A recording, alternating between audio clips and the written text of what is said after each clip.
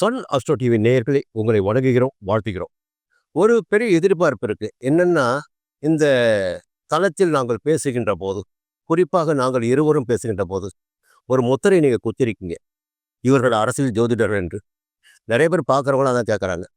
அதுக்கு மேல என்ன ஒண்ணு நடக்குதுன்னா, யாரை பார்த்தாலும் ஏன் அடுத்த வீடியோ வரல, அடுத்த வீடியோ வரல, அடுத்த வீடியோ எப்போ போடுவீங்க? இப்படி ஒரு எதிர்பார்ப்பு இருக்கு. அந்த அளவிற்கு நம்முடைய அரசியல் விமர்சனங்கள், ஜோதிட ரீதியாக நாம் சொல்கின்ற பலன்கள் அனைவருக்கும் பொதுவானதாக இருக்கிறது. இங்கே ஒரு தர்மம் என்று ஒன்று இருக்கிறது. அந்த தர்மத்தை மீறி நாம் எதையுமே செய்யவில்லை. இப்போ கடந்த வீடியோக்களை பார்த்தீங்கன்னா, மாண்புமிகு முதல்வர் அவர்களை பற்றி, எதிர்க்கட்சி தலைவர்களை பற்றி, சமீபத்தில் கட்சியை ஆரம்பித்திருக்கின்ற தாவேக தலைவர் விஜய் அவர்களை பற்றி, துணை முதல்வர் பற்றி, இப்படி எல்லாரையும் பற்றி பேசிட்டு இருக்கோம்.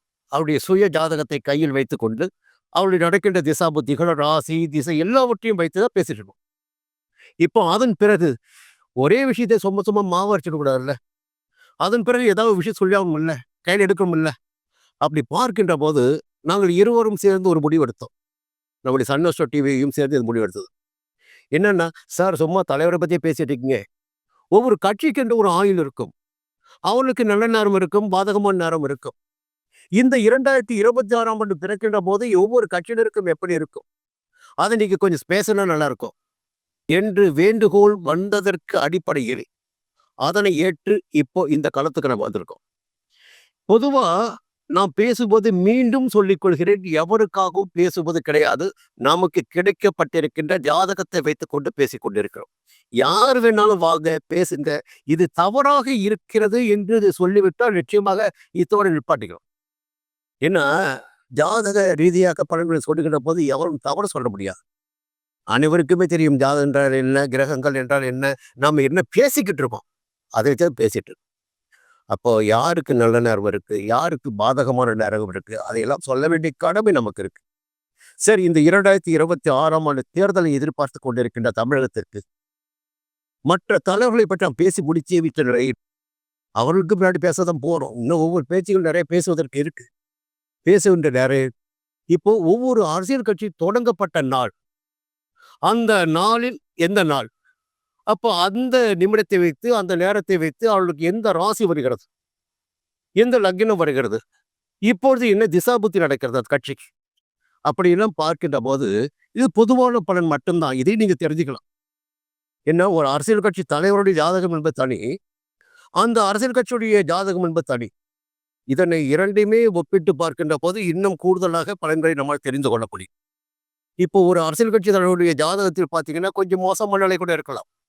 ஆனால் அரசியல் கட்சியுடைய ஜாதகத்தை பார்க்கின்ற போது மாற்றம் ஏற்படலாம். எது தீர்மானிக்க போகிறது என்பதை பிறகு பார்க்க போறோம், அது நிச்சயம் பார்க்க போறோம். சரி, இப்போ இந்த நேரத்தில் திராவிட முன்னேற்ற கழகம் டிஎம்கே, அப்போ இந்த டிஎம்கே என்கின்ற எழுத்து என்பது எதை குறிக்கிறது? ஆங்கில எண்கணிதப்படி 10ஆம் எண்ணை குறிக்கிறது. அப்போ அந்த கட்சியை பார்த்தீங்கன்னா ஒரு அழிக்க முடியாத, யாராலும் வீழ்த்தி விட முடியாத, எந்த நிலை வந்தாலும் அந்த நிலையை சமாளித்து கொண்டு வளர்ந்து கொண்டிருக்கின்ற ஒரு கட்சியாகத்தான் இந்த நிமிடம் வரை திராவிட முன்னேற்ற கழகம் இருந்து கொண்டே இருக்கிறது. அது சின்ன வேற உதயசூரியன். நீங்க அப்படியே கூட்டி பாருங்க, எண் கணித நியூமரல் தெரியும் உங்களுக்கு. டிக்கு 4, எம்முக்கு 4, கேவுக்கு 2 கூட்டி பார்த்தா 10. 10னா 1, 1னா சூரியன். அப்போ சூரியன் இப்போது பிரகாசித்து கொண்டே இருக்கும். சில கிரகங்கள் தேய்வதும் வளர்வதுமாக இருக்கும் சந்திரன்லாம். ஒவ்வொரு கிரகத்துக்கு ஒரு காரகத்துவம் இருக்கு, சக்தி இருக்கு இல்லையா? அப்படி பார்க்கின்ற போது திராவிட முன்னேற்ற கழகம் என்றாலே, டிஎம்கே என்றாலே இல்லை, ஒன்றுக்குள் அடக்கமாகி விடுகிறது. பிறக்கின்ற ஆண்டு 2026. 2, 2, 4, 4, 6, 10, 1 முடிஞ்சு போச்சுன்னா இது ஒரு சப்ஜெக்ட் முடிஞ்சு போச்சு. அடுத்து பார்த்தீங்கன்னா ராசி. இப்போ நம்ம பேச போறோம் பாருங்க, நீங்க கூகுளில் போய் சர்ச் பண்ணி பாருங்க. ஒவ்வொரு கட்சியுடைய ராசி, லக்னம் எல்லாமே தெரியும், தொடங்கப்பட்ட நாளும் தெரியும். இப்போ திராவிட முன்னேற்ற கழகம் எப்படி தொடங்கப்பட்டிருக்குன்னா 17/9/1949. அந்த நாளில் இருக்கின்ற ராசின்னு பார்த்தீங்கன்னா மிதன ராசி, புனர்பூச நட்சத்திரம். பொதுவாக நான் சொல்லுவேன், மிதன ராசியில் யார் பிறந்துட்டாலும் பரவாயில்ல, உச்சத்தை தொட்டு கொண்டே இருப்பான்னு சொல்லிட்டே இருப்பேன். யார் தெய்வம் தேவையில்லை, கூட்டணியும் தேவையில்லை, எதுவுமே தேவையில்லையா, போங்க. அப்பா தெய்வ தேவையில்ல, அம்மா தெய்வ தேவையில்ல, அண்ணன் தெய்வ தேவையில்ல, தம்பி தெய்வ தேவையில்ல, மிதனத்தில் பிறந்துட்டியா நீ நிச்சயமா பெரிய ஆள் ஆகும்னு சொல்லுவார். அப்படி பார்க்கின்ற போது இந்த கட்சி உதித்த நேரம் மிதுன ராசியில் புனர்பூச நட்சத்திரத்தில். அதற்கு மேலாக இந்த காலகட்டம் ஒரே ராசியோட நிப்பாட்டிக்கு வைப்போம். திசாபுத்திகளும் போக வேண்டாம். கோச்சார பலன்களை எடுக்கின்ற போது ராசி மட்டும் போதும். கிரகங்கள் எங்கே சஞ்சரிக்கின்றார்கள் என்பதை பார்த்த போதும். அப்படி பார்க்கின்ற போது இந்த தேர்தல் நடைபெறுகின்ற காலகட்டத்தில் இதான் முக்கியம். தேர்தல் நடைபெறுகின்ற காலகட்டத்தில் இப்பொழுது மிதுன ராசிக்கு 9ஆம் இடத்திலிருந்து மிக சுபிட்சமான பலன்களை வழங்கி கொண்டிருக்கின்ற கர்மகாரகன். அவர்தான் மக்கள் செல்வாக்கி உண்டாக்கிடக்கூடியவர். திராவிட முன்னேற்ற கழகத்தின் ஜாதகத்தின் படி பார்த்தீங்கன்னா லக்னாதிபதி அவர் தான், மகர லக்னவர். ராசிக்கு பார்த்தீங்கன்னா 8க்கு 9 கூடியவர். 9ஆம் இடத்தில் இப்பொழுது சஞ்சரித்துக் கொண்டிருக்கிறார். மிக யோகமான காலகட்டத்தை, எல்லோரையும் எதிர்த்து செயல்படக்கூடிய அளவிற்கு ஒரு வலிமையை இந்த திராவிட முன்னேற்ற கழகத்திற்கு இப்போது வழங்கி கொண்டிருக்கார். நாம் பேசிக் கொண்டிருக்கின்ற நேரத்தில், இந்த நேரத்தில் 2026 மார்ச் மாதம் 6ஆம் தேதி பாக்கிய பஞ்சாங்கத்தின்படி சனி பயிற்சி நடைபெறுகிறது. சனி பயிற்சியினுடைய இடம் என்று பார்க்கின்ற போது ராசிக்கு 10ஆம் இடம். ராசிக்கு 10ஆம் இடம் என்று வருகின்ற போது இப்பொழுது உள்ள ஆதாயமான நிலையில் கொஞ்சம் சங்கடங்களை சந்திக்க வேண்டிய நிலை உண்டாகும். இதை முக்கியமாக கவனிக்கணும். அப்போ மக்களுடைய செல்வாக்கினை கொடுத்திடக்கூடிய ஒரு கிரகணம் பார்த்தீங்கன்னா சனிதான். இப்போ 9ஆம் இடத்தில் சஞ்சரிக்கின்ற போது 12 ராசிகளில் 9ஆம் இடத்தில் சனி சஞ்சரிக்கின்ற காலத்தில் மட்டும்தான் மிக அதிகபட்சமான யோகங்களை ஒவ்வொரு ஜாதகருக்குமே வழங்குவார் சனி. அப்போ இந்த யோக காலம் இப்பொழுது நடைபெற்றுக் கொண்டிருக்கிறது. நாம் பேசுகின்ற நேரத்தில், தேர்தல் வருகின்ற நேரத்தில், தேர்தல் அறிவிக்கப்படுகின்ற நேரத்தில், தேர்தல் நடைபெறுகின்ற நேரத்தில் பார்த்தீங்கன்னா சனி அமரப்போகின்ற இடம் 10ஆம் இடம் ஜீவனஸ்தானம். அப்போ சனி பதவி கொடுப்பாரா இல்லை பிரச்சனையை ஏற்படுத்துவாரா என்பதை தம்பி சிவகுரு ரவி அவர்கள் தொடர்வார். ஓம் நம சிவாய. பரணிதரன் சார் அவர்களுக்கு வணக்கம். சன் அஷோ டிவி மற்றும் நண்பர்கள் அனைவருக்கும் வணக்கம். சார் நல்லா கருத்தெல்லாம் சொல்லியிருக்காரு. இதெல்லாம் நம்ம கருத்துன்னு ஒன்று இருக்கு சொல்லணுன்றதுனால. அதாவது இது ராசி பலனாக்கா கட்சிக்கு தான், அரசியல் தலைவர்களுக்கு அல்ல. இந்த கட்சி துவங்கி இருக்கக்கூடிய அந்த நாள் என்ன, எத்தனை ஆண்டுகள் இருக்கு, என்ன அமைப்பு போயிட்டு இருக்கு, எந்த சித்தாந்தத்தின் நிலைப்படி இந்த இது பயணிக்குது, இதனுடைய வெற்றி தோல்வி எப்படி இருக்கும், இந்த 2026 அமைப்பு இதுதான். இப்போ நம்ம திமுகவுடைய கட்சி ஆரம்பிச்சவர் அறிஞர் அண்ணா. அவருடைய ஆளுமைக்கு மிக சிறப்பான ஒரு அமைப்பு. அவருடைய கைராசி என்னவோ இன்ன வரைக்கும், இன்னைக்கு அந்த கட்சி ஆரம்பித்து 76 ஆண்டுகள், அதாவது ஒரு நூற்றாண்டு கிட்ட வந்துடுச்சு. இந்த அமைப்பை அந்த மைல்கல்லை தொற்றுக்குனாக்கா அது ஒரு பெரிய சாதனை. இதுக்கு அடுத்தது அண்ணா திமுக, அதையும் பேச போகிறோம். அதுவும் 53 ஆண்டுகள், அதுவும் நிறைவாக வந்திருக்கு. அரை நூற்றாண்டை முடிச்சுட்டு போயிருக்கு. இந்த 2 திராவிட அமைப்புகளையும் தூக்கி பிடிச்சது அறிஞர் அண்ணா, கலைஞர், ஜெயலலிதா அம்மா, எம்ஜிஆர், இப்போ தமிழக முதலமைச்சராக இருக்காரு ஸ்டாலின், அவருக்கும் பங்கு உண்டு. இவங்களெல்லாம் கடந்துட்டு திராவிடத்தை ஒதுக்கிட்டு நம்ம பேச முடியாது. திராவிடத்தினுடைய பாரம்பரியத்தினுடைய வரலாற்றை இவங்க தான் மிகைப்படுத்தியிருக்காங்க. இதில் முதன்மையான ஒரு வழிகாட்டி கலைஞர், அண்ணா, இதெல்லாம் சொல்லலாம். இதெல்லாம் வரவேற்கக்கூடிய ஒரு விஷயம். நான் எதுக்காக இது சொல்கிறேன்னா, அண்ணாவுடைய சித்தாந்த ஜோதிட அமைப்பு படி எப்படி இருக்குன்ட்டு இப்போ சொல்லிடுறேன். அண்ணாவை பற்றி நிறையா பத்திரிகை, நிறையா அந்த காலத்தில் அவரை பற்றி நிறைய நாவல்கள் எல்லாமே இருக்குது. அண்ணா கிட்ட ஒருத்தர் பேசிட்டு எதிர்மறையாக திரும்ப முடியாது. அப்படிப்பட்ட இலக்கிய நூல்கள்லாம் படித்தவர். ஆனால் தான் அண்ணா பற்றி பெருமையாக சொன்னான். தென்னாட்டின் திருவிளக்கு, கருத்து களஞ்சியம், சிறந்த எழுத்தாளர், சீர்திருத்த செம்ம, தலைச்சிறந்த பேச்சாளர் சொல்லிட்டு, காஞ்சியில் தோன்றிய கவியரசுன்றான். காஞ்சியில் தோன்றிய கவியரசுன்னும் போது தமிழுடைய அமைப்பை, தமிழ்பால் சித்தாந்தத்தை எந்த அளவுக்கு அவர் வர்ணிச்சிருக்காருங்கிறதுக்கு இதுதான். நம்ம ஜோதிடத்துக்குள்ளே தான் போகிறோம். அவரை பற்றி நம்ம சொல்லணுன்ற இந்த வரலாற்று இதோடைய அமைப்பு. திராவிடத்தை தூக்கி பிடிச்சவர் அவர், உண்மைதான். இப்போ அரசியல் சாணக்கியன். இந்த திமுக 76 ஆண்டுகள் நின்று இருக்குனாக்கா, நிலையாக நின்று இருக்குன்னா, அந்த கட்சி இப்போ சார் சொன்னார் பார்த்தீங்களா, சூரியனுடைய பெல்ட்டு. டிஎம்கே என்ன அந்த அந்த இலக்கிய அமைப்புகள்லாம் இவரு அந்த ஒவ்வொரு எழுத்துக்கும் ஒவ்வொரு நம்பர் இருக்கு. அந்த நம்பரை சொல்கிற போது அது 1ன்னு வருதுன்ற உண்மைதான். அது ஏன் அது 1 வருதுன்னா, இந்த திராவிட முன்னேற்ற கழக திமுகங்கிறது 76 ஆண்டுகள் வந்து நிறைவாக இப்போ 75 முடிச்சுட்டு 76 போய் தொடுது. 17/9/47 கட்சி தொடங்கியிருக்கு. துலாம் ராசி புனர்பூச நட்சத்திரம். ஒரு வார்த்தை சொன்னார், துலாம் ராசியில பிறக்கிற எல்லாருமே விதி பலன் வந்து நிறைவா இருக்கும், சந்தோஷத்தை அனுபவிப்பாங்க. உண்மைதான். மிதுன ராசி. மிதுனம். அந்த மிதுனத்தை அந்த இவர் தொடங்க வச்சத அந்த மிதுனத்துல சந்திரன் இருக்கார். அந்த சந்திரனுக்கு 7ஆம் இடம் சொல்லக்கூடிய இந்த இந்த ஜாதகத்தோட அமைப்பு 7ஆம் இடம் சொல்லக்கூடிய குரு வந்து ஆட்சியா இருக்கார், மகர லக்னமா இருக்கார். லக்னத்துக்கு 6ன்னு சொல்லக்கூடிய இடத்துல சந்திரன் இருக்கார். சந்திரன் வீரிய தீரிய பராக்கிரமத்தை எல்லாத்தையுமே 6ஆம் இடம் நிறைவாயிடும். 180 டிகிரியில் சூரியன், அதாவது இந்த சூரியனோ இந்த குருவோ சந்திரனோ நேருக்கு நேராக 180 டிகிரியில் மிதுன ராசி. இவர் வந்து தனுசு ராசிலேருந்து குரு ஆட்சி பலம் பெற்று எதிரில் பார்க்குறாங்க. இந்த பார்வைங்கிறது சாதாரண பார்வை இல்லை. இது குரு சந்திர யோகமாக எடுத்துக்கலாம், கஜகேஸ்வரி யோகமாக எடுத்துக்கலாம். இதுக்கு ஒரு தமிழ் பாடலும் இருக்குது.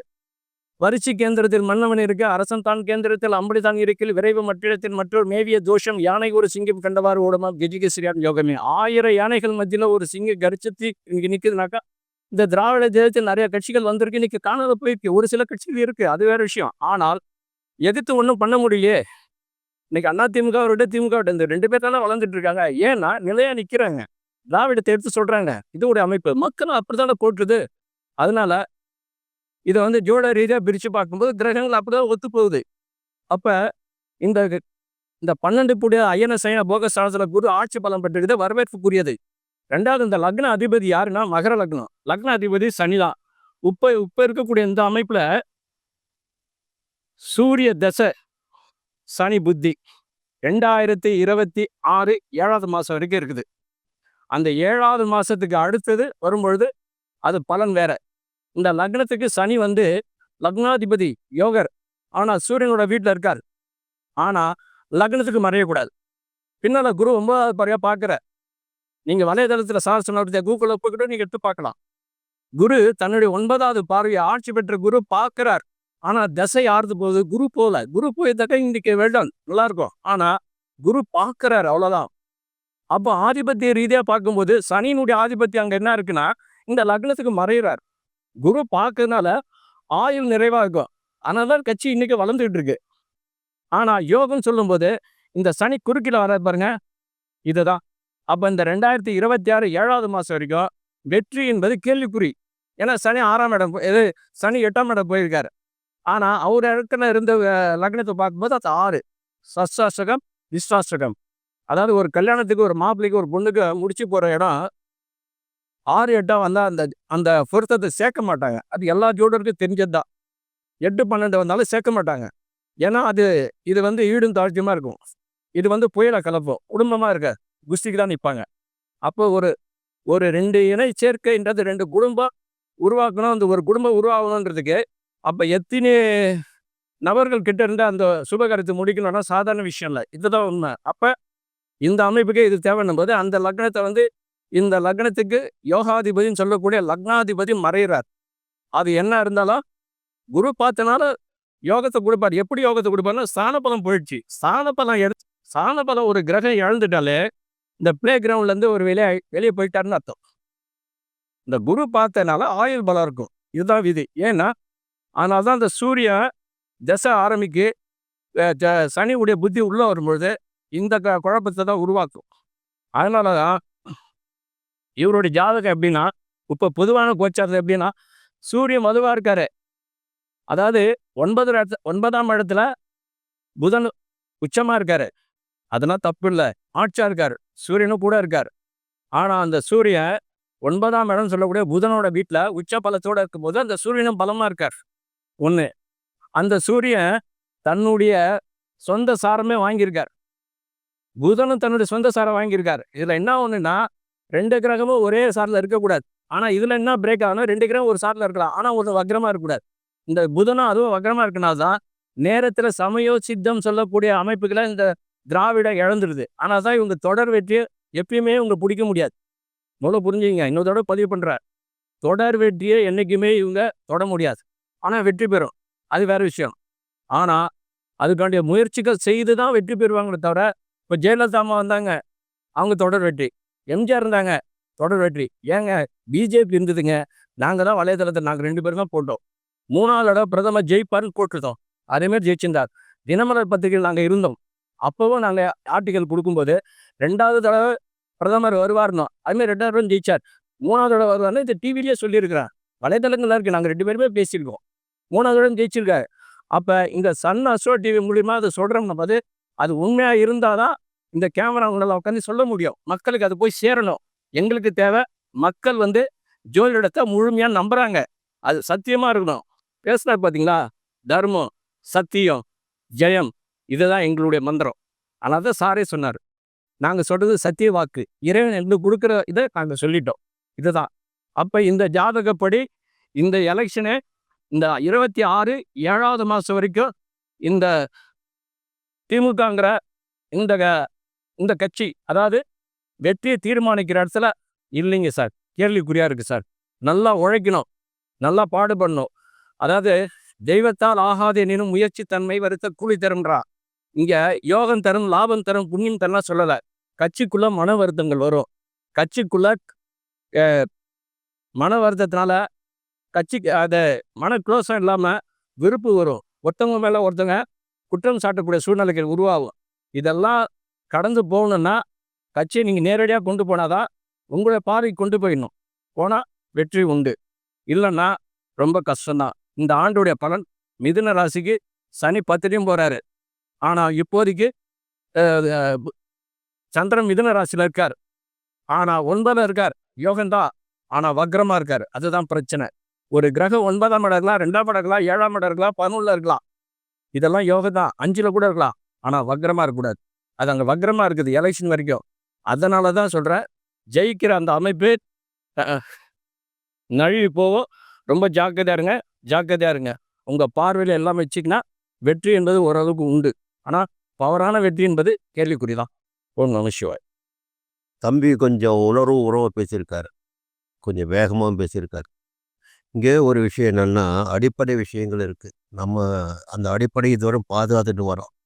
நமக்கு இவங்களும் வேண்டியவங்க இல்லை, அவங்களும் வேண்டியவங்க இல்லை. யாரும் நமக்கு சாப்பாடு போட போகிறதில்ல. நமக்கு என்னென்னா, இந்த கிரகங்கள் எங்கே இருக்குது, அவங்க என்ன பலன் கொடுப்பாங்க, அதை சொல்லிட்டு வெளியே போயிட்டே இருக்கிறது நம்முடைய வேலை. அதனால் யாரும் நமக்கு எதுவும் கொடுக்க போகிறதில்ல. அது கொடுப்பதற்காக நம்ம பேச போகிறதும் கிடையாது. இந்த மக்கள் தேர்தலையொட்டி எதிர்பார்த்து கொண்டிருக்கிறார்கள். இந்த பலன்கள் எப்படி இருக்கும், இந்த யோகம் யாருக்கு சாதகமாக இருக்கும், இந்த நேரம் எப்படி இருக்கும். அவர் 2-3 விஷயத்த சொல்லியிருக்கார். உண்மையாக பாராட்டப்பட வேண்டிய விஷயம். என்னென்னா, இந்த கஜகேசரி யோகம்னு ஒரு விஷயத்த இருக்குது. இந்த ஜாதகத்தில் குரு சந்திர யோகம் இருக்குது, கஜகேசரி யோகம் இருக்குது. ஒரு யோகமான ஜாதகம்னு ஒரு அடையாளப்படுத்தப்பட்டுன்னு வச்சுக்கங்களேன். இதே யோகம் இந்த கட்சியை நீண்ட நாட்கள் வழிநடத்திய தலைமை தாங்கிய கலைஞருக்கும் கஜகேசரி யோகம் உண்டு, குருச்சந்திர யோகம். அப்போ என்னன்னா, எந்த யோகம் இருந்தாலும் அங்கேதான் ஒரு விஷயம். எந்த யோகம் இருந்தாலும் சில திசாபுத்தி நடக்கின்ற போது அந்த யோகத்தில் மாற்றம் ஏற்படும். அதுக்கு நாம் கொஞ்சம் தாழ்ந்து போக வேண்டிய சூழ்நிலை உருவாகிவிடும். இப்போ யாருமே தொடர்ந்து பார்த்தீங்கன்னா எல்லா நேரத்திலுமே உச்சத்தில் இருந்ததாக வரலாறே கிடையாது.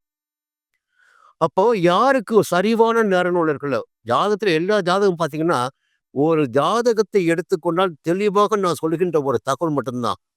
எந்த ஜாதகத்திலும் தோஷம் என்பது இல்லாமல் ஒரு ஜாதகம் உருவாவதற்கு, பிறப்பெடுப்பதற்கு வாய்ப்பே கிடையாது கொள்வேன். கர்ம வினைகளை கழிப்பதற்காகத்தான் பிறப்பை இருக்கிறோம் நம்ம. அப்போ கர்ம வினைகளை கழிக்கின்ற கடைசி பிறவியாக கூட இந்த பிறவி இருக்கலாம். அல்லது அந்த ஜாதகத்தை பார்க்கின்ற போது இந்த ஜாதகத்தில் எந்த தோஷங்கள் மறைந்திருக்கிறது, எந்தெந்த தோஷங்கள் இருக்கிறது, யோகம் இருக்கிறது, அதுவும் சொல்ல முடியும்.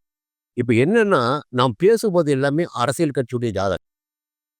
ஒரு தம்பி ஒரு விஷயம் சொல்லியிருக்காரு. சூரிய திசை போய்கிட்டு இருக்கு, சனி புத்தி நடந்துகிட்டு இருக்கு. இதுதான் அடிப்படை.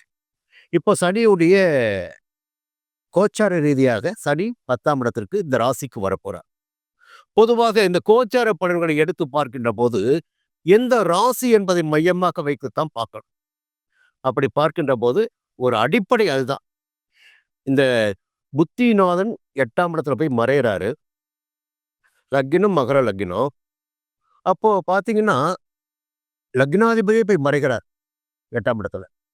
அப்படி புத்தி இப்பொழுது ஆரம்பிக்குது, போய்கிட்டு. இன்னும் சொன்னாரு, இப்ப சனி வக்ர நிவர்த்தி ஆயிடுச்சு. சனி வக்ர நிவர்த்தி அடைந்து விட்டது. நவம்பர் மாதமே சனி இப்போது ஆட்சியாக சஞ்சரித்துக் கொண்டிருக்கிறார் கும்ப ராசிக்குள். மார்ச் மாதம் 6ஆம் தேதி மீன ராசிக்குள் சஞ்சரிக்கப் போகிறார். இந்த நேரத்தில் விரைவில் மிதுன ராசிக்குள் வக்கிரமாக சஞ்சரிக்கப் போகிறார் குரு பகவான். இப்படி கிரகங்களுடைய சஞ்சார சூழ்நிலைகள் இருக்கின்ற நேரத்தில் இந்த ஜாதகத்தின் அடிப்படையில் தற்பொழுது மிகப்பெரிய சவால்களை திராவிட முன்னேற்றக் கழகம் எதிர்கொள்ள வேண்டியதாக இருக்கும். அதையும் சொல்லியிருக்காரு. அப்போ இதை வழிநடத்தி கொண்டிருப்பவருடைய ஜாதகம் எப்படி இருக்கிறது? அந்த ஜாதகம் இந்த குறையை போக்கக்கூடிய அளவில் இருக்கிறதா? இதையெல்லாம் அடுத்த பதிவில் நிச்சயமாக பார்க்க போறோம்.